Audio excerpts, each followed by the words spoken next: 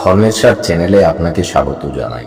আপনার চরিত্র কেমন হবে বলে দেবে আপনার জন্মবার। আসুন দেখা যাক একজন ছেলে বা মেয়ে কেমন চরিত্রের বা স্বভাবের হবে তা কেবল তার জন্ম তারিখ বলে দেয় না, জন্মবারে ও ভূমিকা থাকে।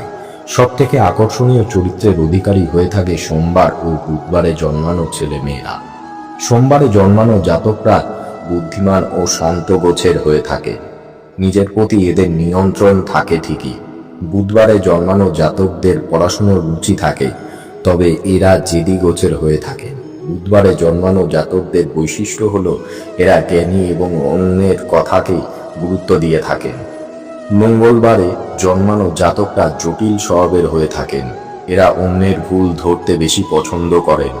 বৃহস্পতিবার জন্মানো জাতকদের হাতে টাকা পয়সা থাকে, তবে অল্পতে সন্তুষ্ট হতে পারে না, সেই জন্য বিপথে চলে যায় কেউ কেউ।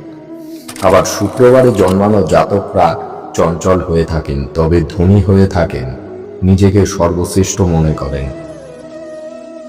এবার আসছি শনিবারে জন্মানো জাতকদের সেবা কাজের দিকে ঝোঁকের প্রবণতা বেশি থাকে, তবে গভীর হয়ে থাকে তাদের গম্ভীরতা। রবিবারের জাতকেরা নিজেদের নিয়ে বিশেষ গর্ববোধ করেন। এরা খুব রাগী স্বভাবের হয়ে থাকে। নমস্কার, জয় শ্রীকৃষ্ণ।